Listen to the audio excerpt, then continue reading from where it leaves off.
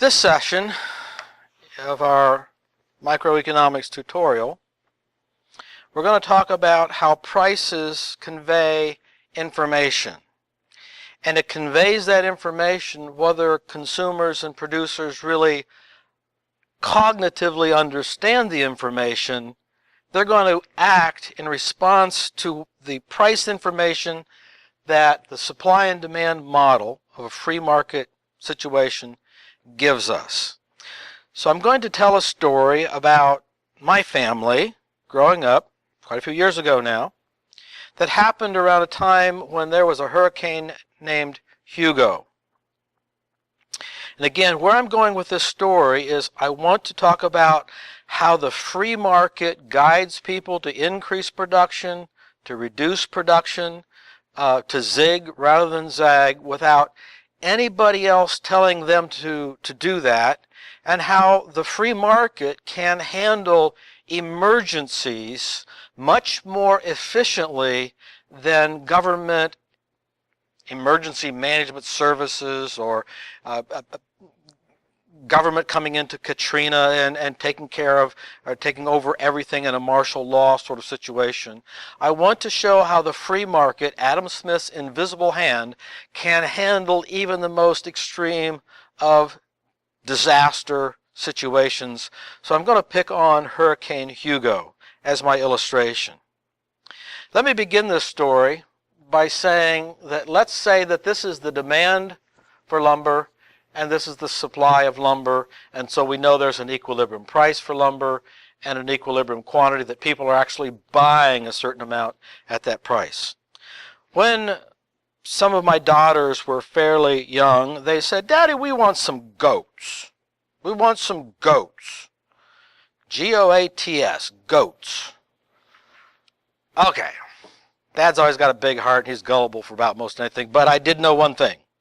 I did know that goats do not make good house pets. That does not work at all. And another thing I knew, if I got goats, it's not a good idea to tie a rope around the neck and tie it to the back handle of your back door and leave them out in the open. You got to have a building to put them in. So if I'm going to have goats for my little daughters, I got to have to build a building. So I set about setting up some plans. I need some 4x4s, I need some 2x4s, I need some plywood, I need some roofing, joists, hangers, all that sort of stuff. And I got my list, and I called the lumber yard, and I got a quote for all the prices, and I began to set aside some savings to build this goat barn. I have the savings. Now I drive to the lumber yard and I have my list and I give it to the lumber yard fellow here, and as they tend to do back before the days of Lowe's and Home Depot, there were lumber yards, that's all there were. And so he looked at my list and he would look down the list and his fingers would add up all those things and he came to a number. And I said, "Could you check that number again?" "Sure, buddy." And he went through it again, as they do and as accountants do, add it all up since he does it lots of hours of the day. Same number. And I said, "Well, I don't know, there seems like there's a problem here, because that number is almost twice as much as what you guys, somebody in here told me just 2 months ago, something like that. But that's a whole lot more." And the person behind the counter said, "Oh yeah, Hugo." "What?" "Hugo." Speaking of the hurricane, but I didn't know what he was talking about. "Hugo." I said, No, Ford F-150, that's around the corner." "No, the Hurricane Hugo." "Yes." "Well, that's why the prices are higher." "Oh." And my first thought was, well, there was a full moon last night. Are you going to charge me for a full moon too? I mean, that's one thing that happens in nature. No, buddy. It was the hurricane. Because of the hurricane, the prices are kind of almost doubled here. Well, I really like to understand these economic things, and if you could explain to me why a hurricane down there in South Carolina, North Carolina, is causing the price of lumber to go up here in north central Ohio, I'd like to know that.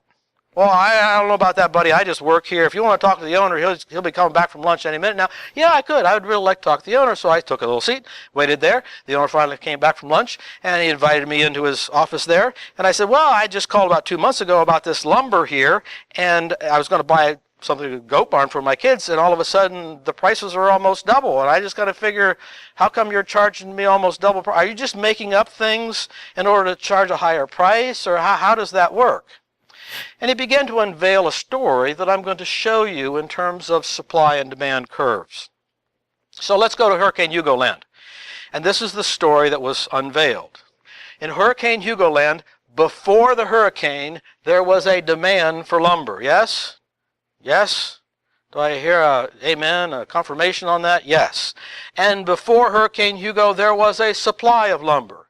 Yes? Yes. And so there was an equilibrium price for lumber. And they were selling lumber at that price. Everything's fine. Along came Hurricane Hugo. Hurricane Hugo wiped out all these houses, turned them into toothpicks, and this lumber yard just happened to be far enough back away from the coast that it didn't get totally destroyed. But after martial law was over and people were allowed to come back to their toothpicks, which used to be houses, they really wanted lumber. They desperately wanted lumber. They desperately wanted to get out of their camper. They didn't want to be in a hotel anymore. They wanted to try to rebuild what little that they had. They were just cramped up, and even if they could build a garage and live in their garage for a while they get things going again, they wanted that. They wanted to get their home back. They wanted to get a life back. They wanted lumber. So, as soon as people were allowed to come to the lumber yard, everything's open, no more martial law. The lumberyard owner comes to his store about 6:30, 7 o'clock in the morning, and see there's already a long line for the lumber in Hurricane Hugo land. And he comes into the store and he says, okay, folks, this is going to be a heavy day. Because you see that line out there, we got about a half hour before we even open, and we got a full day's load of customers already standing in line. Who knows who's going to be coming after 8 o'clock? And so here's what I want you to do. I want you to take a magic marker, and you take a magic marker, and you take a magic marker. You take row A and B and C, and you take C, D. And every time you see one of these price tag things that look kind of like this, doesn't matter what number it's on it, doesn't matter, you just put 4X on it. And if there's a price tag that's written on a shelf or something, you put 4X. You just put 4X on everything. We only got like 25 minutes, so hurry. Write 4X on everything. Just write 4X on everything. And they do it. And so people are picking up 2x4s and plywood and hammers, nails, and all that sort of stuff. And somebody, let's say that they don't want to start big. They want, I don't know, 20 2x4s. 2x4s. What does a 8-foot 2x4 cost? I don't know. I haven't been there recently. Let's just say $4. And they want plywood. They want 10 sheets by 4 by 8 sheet plywood.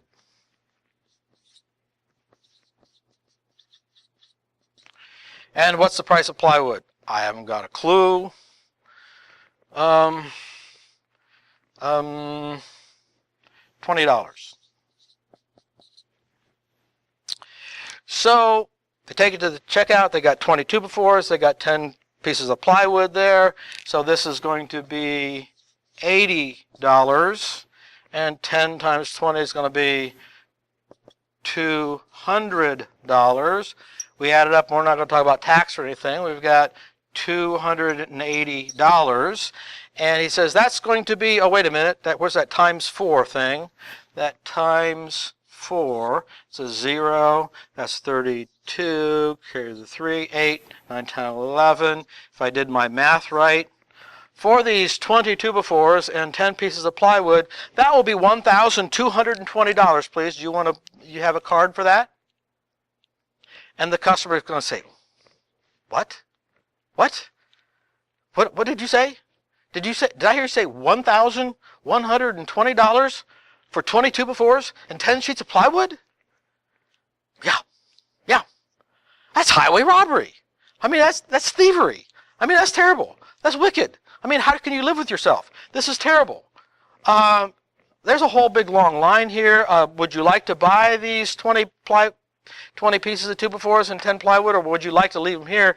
I mean, I don't work here. I don't set the prices or anything. I just collect the money. Do you want to buy $1,000 worth of lumber, don't you? Oh, okay. Okay, I'll buy it.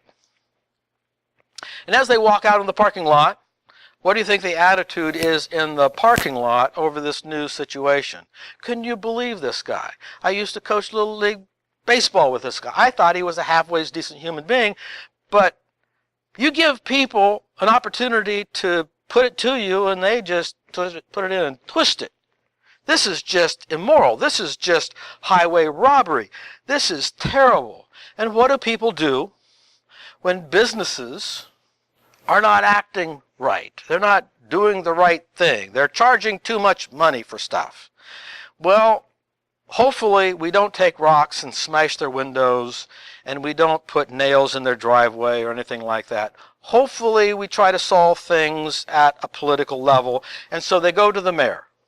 They go to the mayor in Hurricane Hugo land and they say, Mayor, we've got a peaceful place here. Hurricane Hugo just knocked the stuffings out of it. And just when you're knocked down, guess what this free market does? This free market comes along and gives you another swift kick.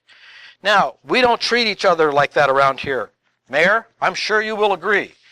And so I want you to make this lumberyard owner to be a decent human being and not gouge the public with his prices.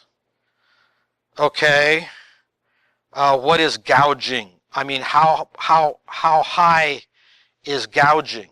At what point does it become gouging? Well, you know, so he doesn't take advantage of everybody. Is it his property? Well, yeah, it's his property. And can he keep it all if he wants? Well, yeah, he can keep it all if he wants, but we need it. This is an emergency. This is not normal. We're not opposed to making profits, but this is obscene profits. We don't think that he should raise the price and make money off of the pain and suffering of all of his neighbors. Well, what do you want me to do? Well, I think what we want you to do is I think that we got to keep the price right where it was.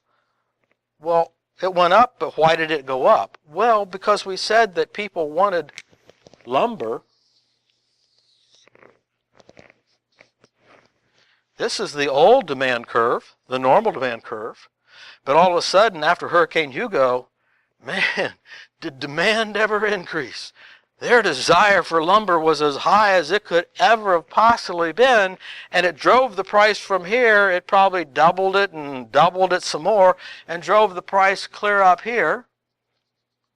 Drove the price clear up there. And even at that high price, people wanted to buy more than they normally do, of course, because they don't have much lumber and don't have many houses left.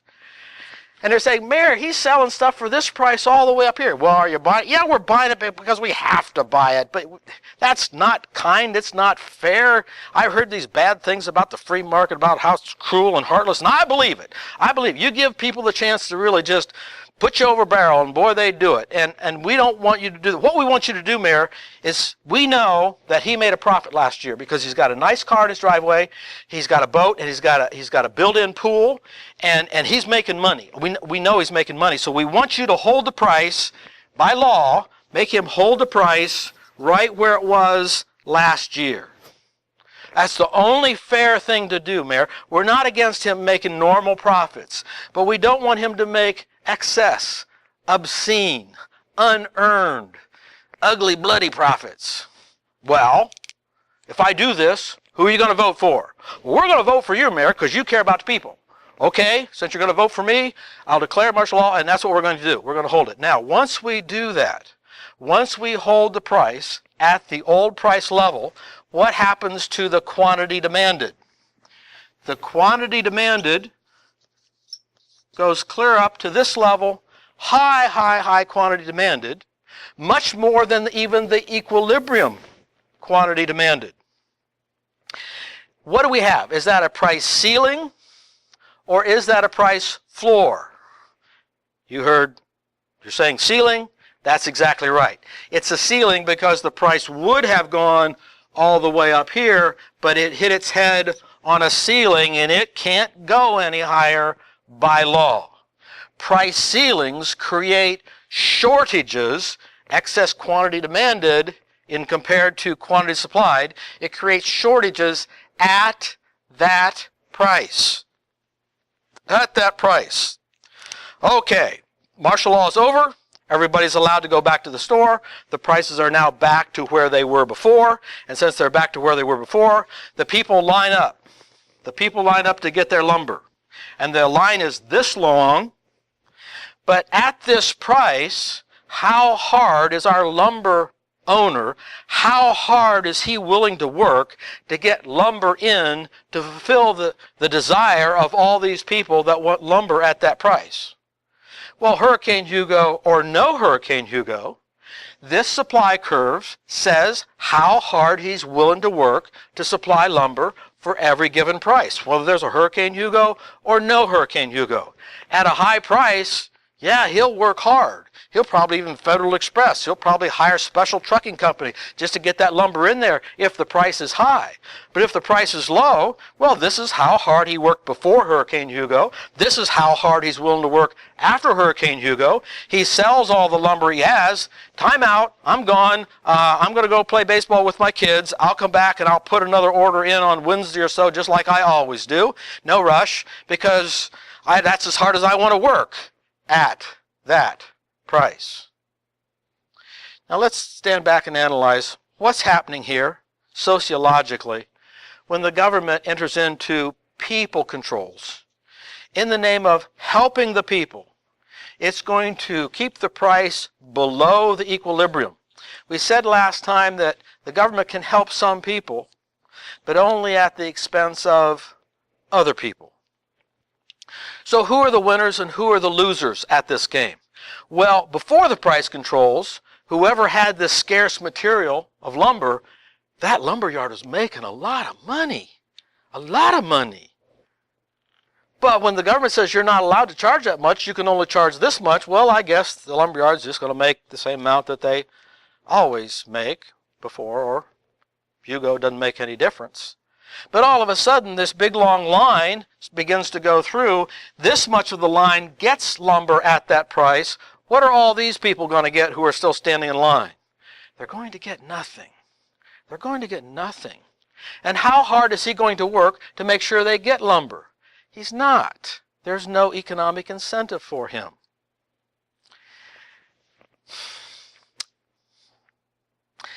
The next thing that's going to happen is that these people are getting a bargain. These people are getting a bargain. And they're going to buy as much as they possibly can. And this lumberyard is going to say, no, no, no, no, no, no. First people in line are not allowed to buy as much as they want because they'll buy the whole store and there'll be nothing for anybody else. You can only buy what you can haul away. If you can't haul it away, you can't buy it because we've got a big long line here. So you can only buy what you can haul away. There's somebody going to get on the cell phone and say, Millie, wake up. Call your dad. Tell him to bring down his dump truck. You can only buy what you can haul away. If I got a dump truck, I can buy a lot. This is a super good price. I either get it now or I'm not going to get it at all. Look, there's a big long line out here, and that line, there's not enough lumber back there. I got to get it now because there's no way I can get back in line. Could you call your dad? Please call your dad and get him over here with his dump truck. Please. Oh, he'll do it for you. Thank you very much. So he will buy more than he would have bought under a free market situation because the price is so good. Somebody else in line sees him going through, sees that the lumber's almost gone, no reason to stand in line, might as well just follow him home. Hi, what time did you get up to get in line anyway? I mean, I got up at 7. By the time I got here at 8, the line was already a block long. Well, since I'm here, I didn't want to stand in line because there'd be nothing for me. Can I help you unload your lumber? Yeah. Hey, by the way, what are you going to do with all this lumber? Well, I'm going to start to rebuild my garage so I can get some of my stuff in there and get out of the camper, get the kids out for the rain, at least be able to stay here for a little bit. So do you have any lumber that you don't really absolutely positively have to have right now? Well, yeah, I bought as much as I possibly could, as much as I could haul away, and so I borrowed my father-in-law's dump truck so I could get as much as I possibly could because there's no way I'd get any more. Well, if you got a little bit more than you need, could I buy some of your excess lumber? Man, I really need it. I really need that lumber. I need to get my kids out of the camper. I need to get a shelter up. I really, really want that lumber, and I need it really, really soon. I don't really want to sell it to you because I can't replace it for what I got it for. I'll pay double. I'll pay triple. I just need the lumber. I would love to make 100% on my money in less than 5 hours. I would love to sell it to you, but you see, the law is the law. And the law says the price of lumber can't be any higher than this. It doesn't matter whether you're a lumber yard or who you are. You're not allowed to sell any higher than that. And it's worth more than that to me. And I don't want to sell it to you at that low price.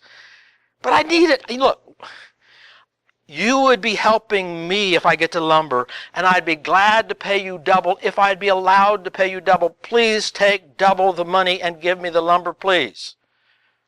You're asking me to break the law. Well, don't look at it like that. Look, you're helping me, I'm helping you. What could be wrong with that? It's to both of our benefits. Okay, well, I got to have a bonfire here. I haven't seen your family in a long time, so why don't you bring your family over and we'll clean up some stuff. We'll have a bonfire. We'll roast some hot dogs and marshmallows and stuff, and the wife can talk and have a good old time. And park your pickup right about over there. And then when you leave, it will be pretty full. Yeah, that'll work out real fine. Now, what's the first thing that happened? We took the profits from the legal owners, and we have economic incentive for people to break the law and give the profit to the people who are willing, normal law-abiding citizens. They're not ripping anybody off, but they're breaking the law. And since they break the law, we're going to need a police force to help find all these people who are breaking the law.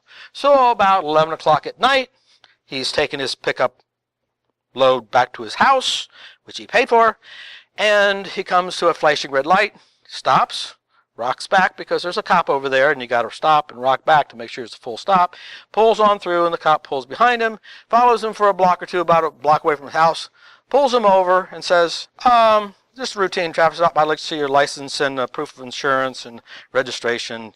Officer, I stopped at that stoplight back there. Well, I saw you did this, just a routine traffic stop. Okay, everything seems to be in order. Mr. McGillicuddy. Yes, Mr. McGillicuddy. Well, the reason I stopped you, Mr. McGillicuddy, is because we've been having a rash of theft on building sites here, and I noticed that you have a full load of new lumber there. Would you mind telling me where you bought that lumber? And do you have a bill of sale? Why, sure. I had a bill of sale, and I bought it from, I bought it from that guy down by the creek. He was there this afternoon, down by that weeping willow tree. I'm sure you saw him here. And the bill of sale was right there on, well, it was right there, right by the windshield. Millie, did you have your window down? Oh, the bill of sale must have blown out the window, officer. I'm sorry. Oh, no problem, no problem. Let's see, it's, Wimbledon Lumber Company. Yeah, that's where it came from. So it looks like it came from Wimbledon. That's the stamp on it anyway, lumber. Well, you got to admit, Mr. McCullough, it seems a little suspicious. So why don't you just bring your truck and we'll have to park it down at the police station, and you're almost home here. So you drop the kids and the family off, and we'll just straighten out in the morning. So what has happened now? Once you tell one lie, it always leads to another one, and it's always worse consequences than the first one. And so now we've got this incentive for an underground black market. We have incentivized an entire black market, criminal underworld of ordinarily peace-loving, law-abiding citizens because we put this into effect. Now we need more policemen to catch all these bad guys. So we've taken the profits away from the legitimate owners and we're giving it to those people who are willing to break the law the most. And when we have a law that doesn't make any sense to anybody, why stop this person from selling to that person if they're both going to be better off and they're not cheating each other, but it's against the law? Then people begin to disregard the law. And if you disregard the law, well, then you still have to deal with the law enforcement growth industry, and pretty soon this turns into a self-perpetuating, ugly cycle when people no longer respect the law because the law doesn't make any sense anymore. Where did it all start? How did we get into this messed up situation? Well, it began when the government thought that it could do a better job of distributing lumber than Adam Smith's price mechanism. Let's change the example. Let's just say they go to the mayor and they tell the mayor this sad story. And the mayor looks at him and says, huh, you know, I took this job because I wanted to help this community. And ever since I took this job, no matter what I did, you guys come in here and you bellyache about it. And I've never been able to please any of you, and I'm not running for re-election because you can take this job. I don't want to be mayor anymore. And you know, I don't think it's good, and I'm not happy that anybody's home got wiped out by a hurricane. But you know, if that Mr. Lumberyard owner, if he doesn't want to sell you his lumber at a cheap price, more power to him. And if that makes life tough for you, well then, tough beans. Because I don't want your vote. I'm not running for re-election. I'm going down to Florida Keys and I'm going to go fishing. And if this market gives you a good kick in the behind, it couldn't happen to a better bunch of bums.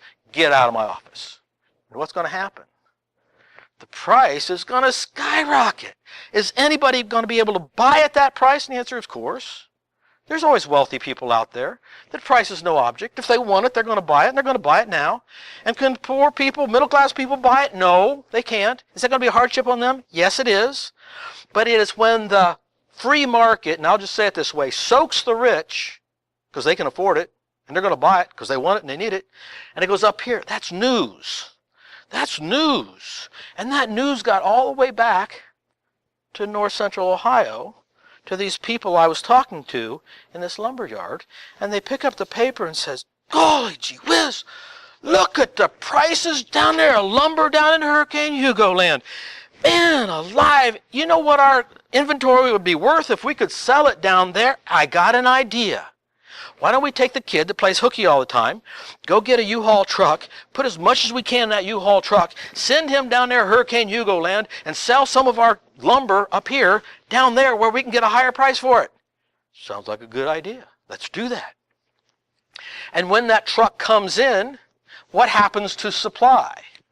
Well, all the lumber that's up here in Ohio goes down to Hurricane Hugo land, and the supply then begins to increase. As the supply increases, the market price comes down. The market price comes down as the quantity of lumber continues to grow. And people in Kentucky get the same idea. And they come in. And the people in West Virginia. And they come in. And they come in. And it drives the supply. It drives the supply. And it drives the price down and down and down and down as more and more suppliers come in. Now, in this way, the owners of the lumber, no matter where they are, they profit by helping to solve the situation. When the government's involved, we get a short-term, we get a shortage. And it's a shortage that's not short-term. It just continues. It just festers. There'll be some people who will donate lumber down there, but it's never going to fix the problem en masse. What happens is that as the supply increases, we drive the price down, we don't have any law enforcement growth industry, and it solves the problem without anybody telling anybody else what to do.